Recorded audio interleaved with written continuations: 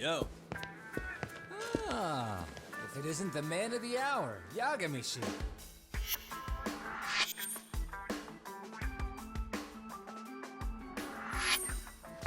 Gentlemen, welcome. How are you? This guy. First he falls off the radar. Now he's got this sweet office. Little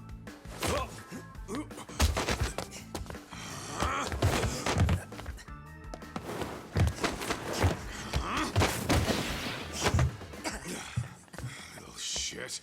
You're still quick as a thief. Maybe a little quicker, actually. Well, I'd say thief isn't very fair. It was stealing. Oh, come on. You know I wasn't doing it to line my own pockets, right? We took from the powerful and gave to the powerless. It was altruism. And it's all in the past now, so let's just leave it at that.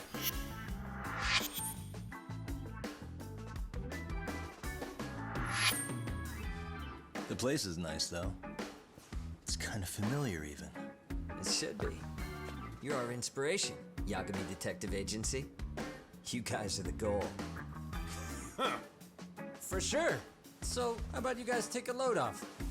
If you're ready, I'll give you guys the briefing. Say what?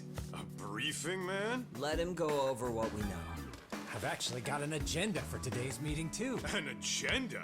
Just roll with it. Give him a chance. All the detective talk has made him go a little overboard. I'm sure it'll work itself out. It's all good. Imitation really is the sincerest form of flattery.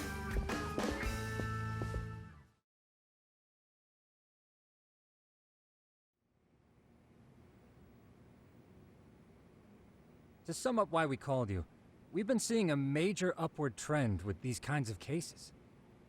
What do you think? Care to take a wild guess? I'll give you a hint. It's not a problem you'd find in Kamurocho. So, it's specific to Yokohama? I know. It's gang warfare.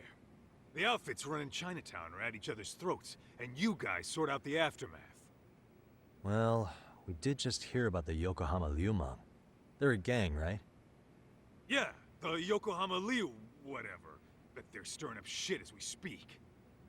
Actually, we haven't run into any gang-related activity at all.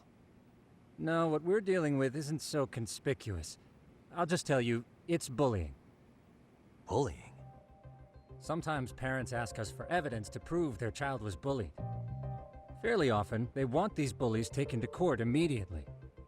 They'll also want to hold the schools accountable, but none of that happens without solid proof. How old are these kids? Most of them are in middle school. Research shows that boys at that age experience a sudden spike in testosterone. This leads to outbursts to assert dominance, compounded by the irrationality of an immature brain. Scientifically, this potent mix of impulses often manifests as bullying. Yeah, I call that puberty. But that would apply specifically to boys, right? You're getting cases with girls involved too, aren't you? Ah, with girls, it's more likely rooted in oxytocin, a brain hormone that also has links to bullying. See, oxytocin fosters feelings of attachment, regardless of your gender. For instance, scientists have observed that a mother's oxytocin levels surge when looking at her child. Then it's not always a bad thing, is what you're saying. Indeed. Did you know it was oxytocin that enabled cooperation among our primitive ancestors? Ancient matriarchs were particularly vulnerable during childbirth, thus requiring communal support. So you could kinda say the survival and reproduction of our species was largely oxytocin at work. After all, raising a child in the wilderness would have been impossible alone. However, this intense social need bore a dark side.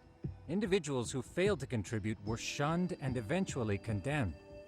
Let's say there was a villager who never put in his fair share. All he did was eat the crops. If that became the norm, nobody would work until the village was on the brink of starvation. And by then it'd be too late. Precisely. That's why these offenders were punished.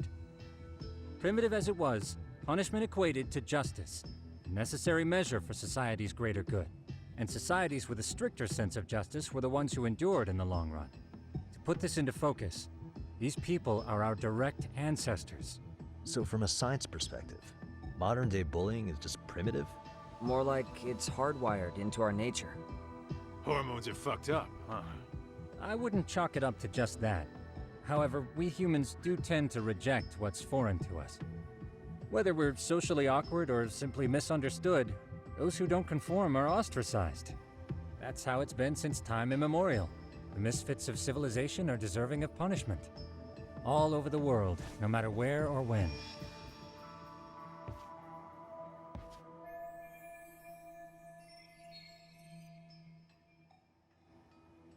Looks like you guys have been doing your homework. Tsukumo-kun's the one hitting the books. I'm more in charge of the fieldwork. Makes sense.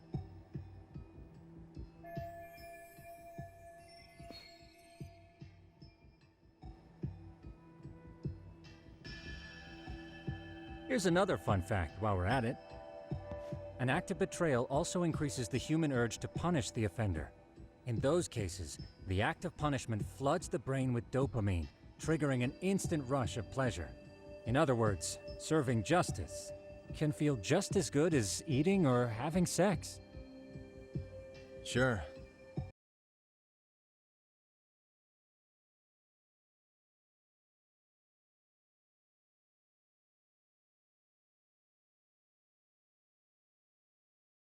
But that's where we have to draw the line. Justice can't be twisted into joy, or it stops serving its purpose. Very perceptive, Yagamishi. So, back to reality. What's this big case that needs all the manpower? Ah, yes. Our client is the chairman of a private school. He wants us to scour the campus for any and all instances of bullying, leaving no stone unturned. That said, he also requires us to be discreet. How big is this school? Let's see, there are 6 classes per grade, making 18 in total. So approximately 600 students. Given that, Sugiurashi and I couldn't possibly vet them alone. We'll be meeting the chairman at a restaurant tonight to lay out the specifics. How about the two of you come join us? We could use the help. Man, for a couple of rookies, you sure have it together. You guys are free until dinner. Oh, we already made the reservations in Chinatown, by the way. Think of it as a little welcoming party. The restaurant's name is Kyoinro. If you could meet us there, that'd be great. Sure. You didn't have to do that.